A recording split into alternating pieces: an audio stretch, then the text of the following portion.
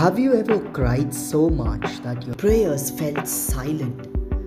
ஜெபமே கேட்கப்படாமல் ஒரு அமைதியைப் போல நம் இருதயமே நொறுங்குகிறது போல கவலைகள்ல நீங்க என்றைக்காவது அழுதிருக்கிறீங்களா?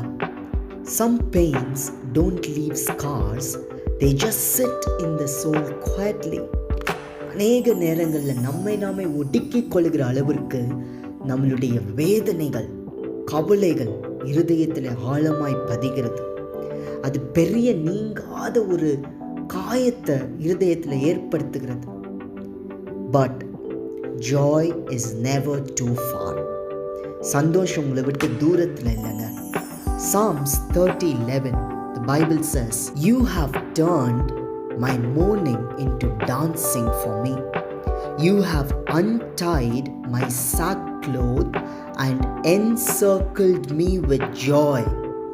என் புலம்பலை ஆனந்த களிப்பாக மாற பண்ணினீர். நீர் என் ரட்டை களைந்து போட்டு மகிழ்ச்சி என்னும் கட்டினால் என்னை இடை கட்டினீர். This is a gradual miracle, not loud but deep.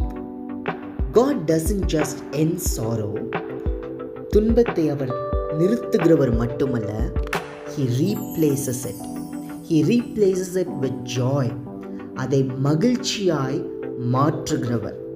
He takes the garment of grief. எந்த அளவுக்கு கவலையில் நீங்க இருக்கிறீங்களோ, God is going to dress you with the coat of joy.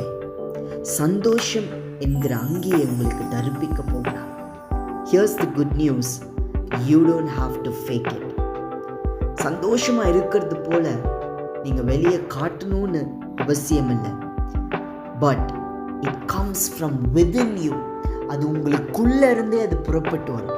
ஆட்டோமேட்டிக்காக நீங்கள் சந்தோஷத்தில் ஆனந்தத்தில் சந்தோஷமாய் குதிப்பீங்க. Because God's going to heal your heart completely.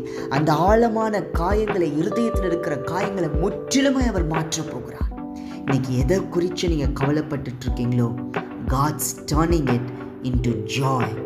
Jesus is making space for joy. Father, thank you for your wonderful word. I pray that every heavy heart will be lightened. ஒவ்வொருவரையும் சந்தோஷத்தினால இடைக்கட்டும் அப்பா. They may be waiting for their turn and opportunity. அநேக காரியங்களுக்காக காத்திருக்கலாம், ஜெபித்து கொண்டிருக்கலாம். Father, you're bringing it to them in Jesus' name. Thank you, Lord. I call it done. I promise you the glory. In Jesus' name, amen.